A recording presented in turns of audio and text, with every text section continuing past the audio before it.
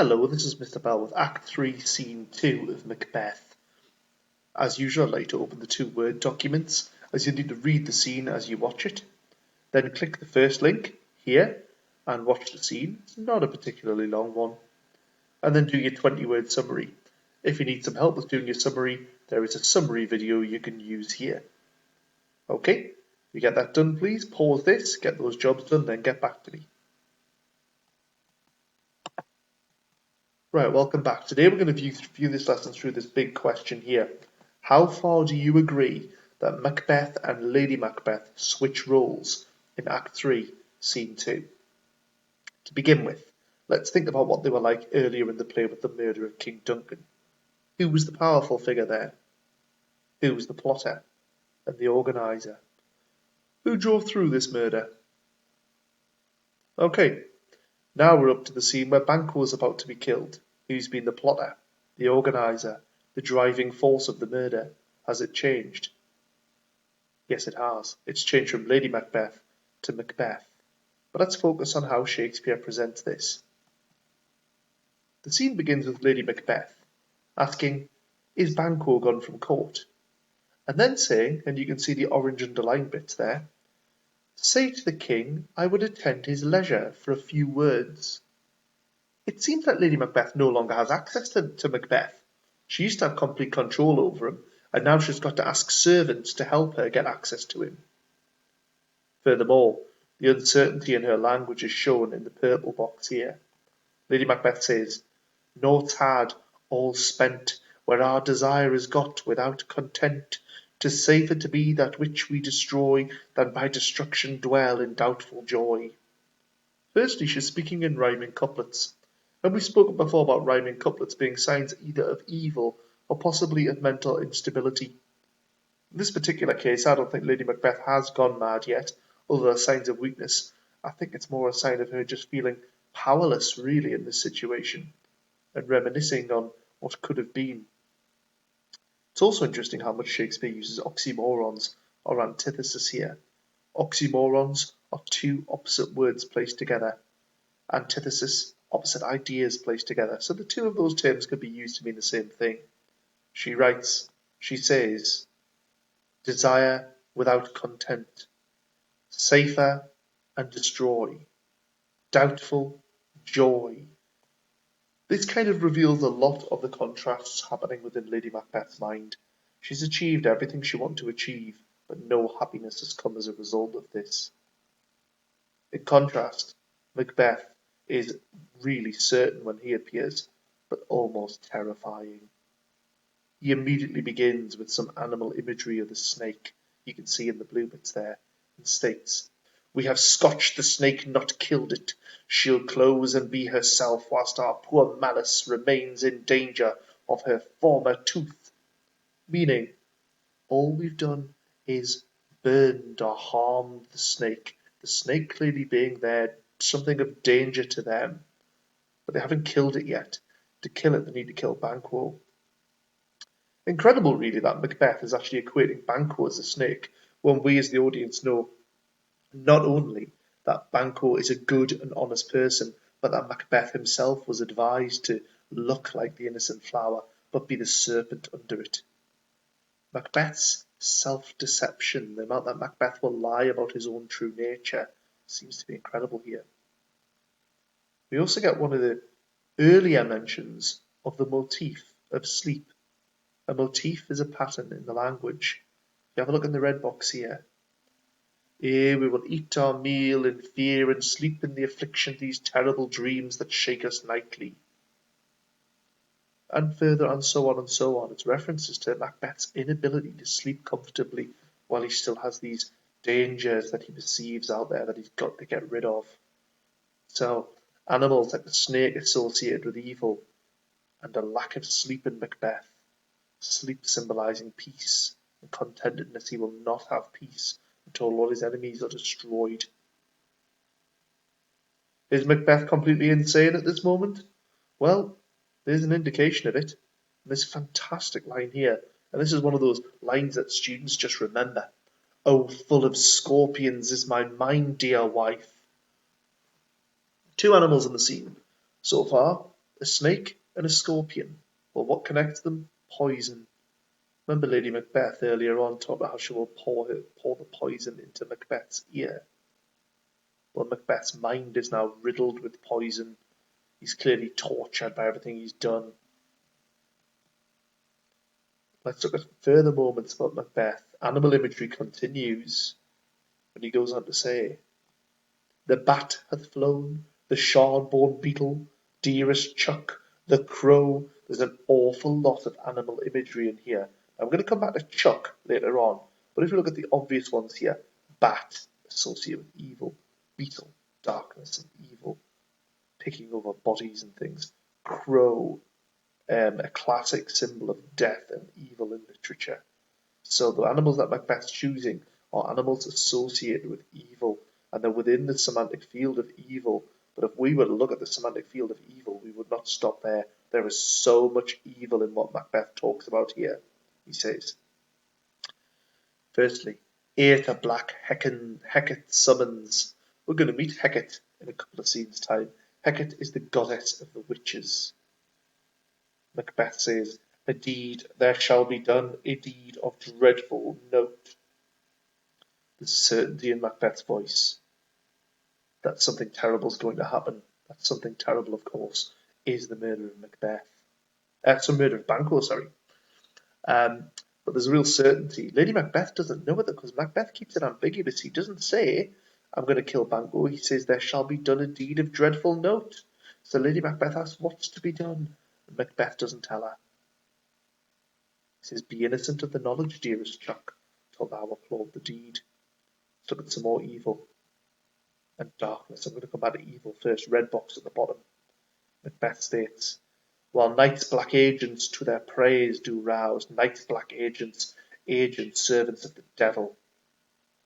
And he ends with this couplet here: "Thou marvellest at my words, but hold thee still. Things bad begun make strong themselves by ill." Warning her to be strong when we're doing evil things, and then offers this command to her: "So prithee, go with me." There's no affection from Macbeth to Lady Macbeth. He commands her to go with him, but he doesn't request any of the kind of affection that he used to seek from her at all. As well as animals, and as well as outright evil, there are so many references to darkness and a semantic field of darkness. Macbeth says, "Come, sealing night, scarf up the tender eye of pitiful day. Light thickens," etc. Lots of references to darkness throughout this. Black Hecate summons earlier on. So Macbeth's language is becoming completely evil, really. It's almost a caricature. It's almost an extreme stereotype of evil language, really. He's using animals associated with evil. He's using words associated with the devil, and he's referring to darkness a lot. Macbeth is almost pure evil at this particular moment. Okay, you might want to make a note on Macbeth's language then come back to me. Okay, welcome back. On the second page of your note sheet, I've got this here about Macbeth planning the murders. Let's start with the murder of King Duncan. He doesn't want to go through with it. He has to be persuaded to do it by Lady Macbeth. He carries out the action himself. Lady Macbeth's clearly in control and she organises the whole murder. Macbeth is horrified by the murder and he refuses to go back and replace the daggers. Macbeth regrets his actions. Take a moment to think. For the murder of Banquo, is it still the case? Is it the case that he does not want to go through with it? Is it the case that he has to be persuaded by Lady Macbeth? What has changed? Take a moment to fill in what you can, and then come back to me. Okay, welcome back. Let's think. Murder of Duncan, he didn't want to go through with it. Murder of Banquo, well, he plans it and he pushes it ahead on his own. He had to be persuaded by Lady Macbeth for Duncan, but now he keeps Lady Macbeth in the dark. She has no knowledge of his actions at all. Whereas Lady Macbeth was in control and organised it, he now gets others to organise the murder, demonstrates his pride in his plan. He's now corrupting others. He's not the one being corrupted, and there's no real sense of him regretting it either. So, how far do you agree that Macbeth and Lady Macbeth switch roles in Act 3, Scene 2? You might want to have a think about that, looking at these ideas here. Have a moment, jot a few ideas, then come back to me for the final part of this lesson. Okay, welcome back. We're going to be looking now at parallels in the language between Lady Macbeth and Macbeth. This is Lady Macbeth in Act 2, Scene 2. Duncan's just being killed. I'm going to ask you, look at the purple box at the bottom. Explain the parallels between Lady Macbeth early in the play and Macbeth in Act 3. So after Duncan's been killed, Lady Macbeth says to him, "Infirm of purpose, give me the daggers. The sleeping and the dead are but as pictures. 'Tis the eye of childhood that fears a painted devil. If he do bleed, I'll gild the faces of the grooms withal, for it must seem their guilt." There's a certainty and a power to Lady Macbeth's language. She speaks in exclamation marks. She speaks in commands, in imperatives. Let's look at Lady Macbeth now. Macbeth says, "There shall be done a deed of dreadful note." All Lady Macbeth can offer is, what's to be done? She has no knowledge. She's completely oblivious to this. Macbeth says, "Be innocent of the knowledge, dearest chuck, till thou applaud the deed." This image here is of an actor playing Macbeth, speaking to Lady Macbeth at this moment. Notice how he puts his finger to her lips to silence her. Lady Macbeth's power was always in her voice and her knowledge. Her voice and her knowledge are being taken away by Macbeth. In Act 1, Scene 7, which I recorded for you from Dr. Burrow's notes, Dr. Burrow noticed that Lady Macbeth dominated the speech almost, I think it was 2-1 or 3-1. That's been reversed around now. Macbeth dominates this scene. Lady Macbeth's more or less powerless. We're not actually going to see much more of Lady Macbeth either. We'll see her in one more scene, at the banquet scene, where she tries to restore order, when Macbeth sees Banquo's ghost.